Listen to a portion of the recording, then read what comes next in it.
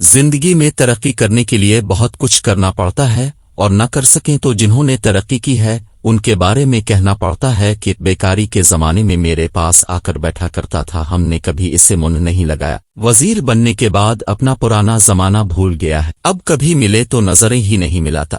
आप अगर तरक्की नहीं करना चाहते तो आप ऐसे लोगों से पूछे बगैर नहीं कर सकते कि बेकारी के जमाने में जिस शख्स को अपने मुंह नहीं लगाया था, वजीर बनने के बाद वो आपको मुंह क्यों लगाए। तरक्की के ख्वाहिशमंद बाज लोग अपनी वल्दियत पर भी बहुत शर्मिंदा होते हैं। एक गरीब माली ने अपने इकलौते बेटे को अपना पेट काट कर पढ़ाया लिखाया और जब वो बेटा अफसर बन गया तो अपने वालिद को अपने दोस्तों से छुपाने लगा। एक दिन वो अपने तबके के लोगों के साथ अपने घर के ड्राइंग रूम में बैठा था कि उसके सीधे सादे वालिद साहिब धोती और बनियान पहने ड्राइंग रूम में चले आए। इस पर साहिबजादे बहुत परेशान हुए और उन्होंने जयपत्ती हुए दोस्तों से अपने वालिद का तारुफ कराया कि ये मेरे वालिद के दोस्त हैं। इस पर वालिद साहिब ने कहा, उन्हें गलती लगी है, मैं उनके वालिद का नहीं उनकी वालिदा का दोस्त हूँ। मेरे एक और दोस्त तरक्की करने के बहुत ख्वाहिशमंद हैं कि वो मासी बरकुत्ते के तन्नूर से खाना खाने के बाद पर्ल कॉन्टिनेंटल के बाहर खड़े होकर खल्लाल करते हैं। कोई दोस्त उधर से गुजरे तो कहते हैं कि प्राइम मिनिस्टर के खुसूसी एलची से अहम मुज़ाकरात करना थे, खाने की मेज पर इससे बातचीत करके बस अभी फारिग हुआ हूँ। इनसे इनकी दिन की मसरूफियात पूछें तो वो शुरू हो जाते हैं। ये मसरूफियात सुनकर अंदाज होता है कि दुनिया भर की अहम शख्सियात इस घंटा घर के गिर्द घूमती रहती हैं और मेरे ये दोस्त वाकई घंटा घर हैं कि पहले दिन से जहां खड़े थे आज भी वहीं खड़े हैं। इस किस्म के लोगों को तकरीबात में पहली नशिस्तों पर बैठने का भी बहुत शौक होता है। कई दफा तो ये लाउड स्पीकर वाले से पहले जलसागाह में पहुंच जाते हैं और पहली सफ में जा बैठते हैं। कभी अगर लेट हो जाएं तो पिछली सफ़ें चीरते हुए आगे आते हैं और उकाबी निगाहों से खाली नशिस्त ढूंढने लगते हैं। अगर खाली नशिस्त नजर न आए तो तकरीबन किसी की गोद में जा बैठते हैं। जब लोग अखबार में शाये शुदा तस्वीर या टेलीविजन के खबरनामे में उन्हें पहली सफ में बैठा देखते हैं तो उन साहिब को एहसास होता है कि उनकी मुसल्ला जिदोजहद रायगा नहींगे। तरक्की करने का एक तरीका ये भी है कि अगर किसी महफिल में किसी अहम शख्सियत के बराबर में नशिस्त हासिल करने में कामयाबी हासिल हो जाए तो उसके कान में बात जरूर की जाए, खा बात और किया हाल ही क्यों ना हो। इससे अर्द गिर्द बैठे हुए लोगों को इस शख्सियत से आपके इंतहाई गहरे मरासिम का एहसास होता है और ये चीज तरक्की के ज़िम्न में बहुत मुफीद साबित होती है। बहुत से लोग तरक्की करने के लिए दीमे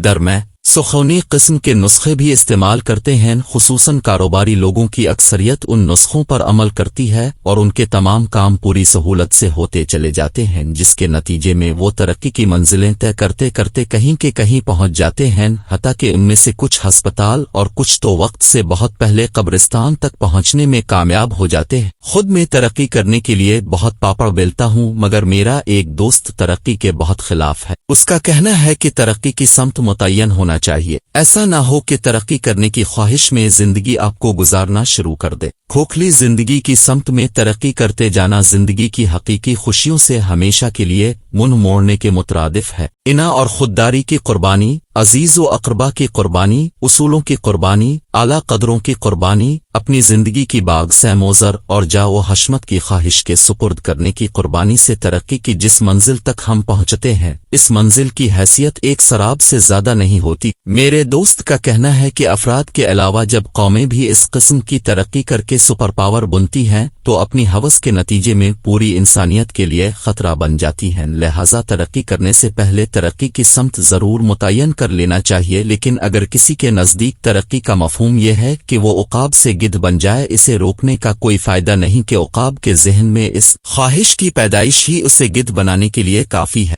मेरी कौम इस वक्त इसी ख्वाहिश में जिंदा है, चुनांचे वो अपना सरदार भी किसी बड़े गिद्ध को मुंतखब करती है जो बस्तियों को आबाद नहीं उन्हें वीरान देखना चाहता। इस तरक्की की बजाय घंटा घर की तरह एक ही जगह खड़े होना बेहतर है।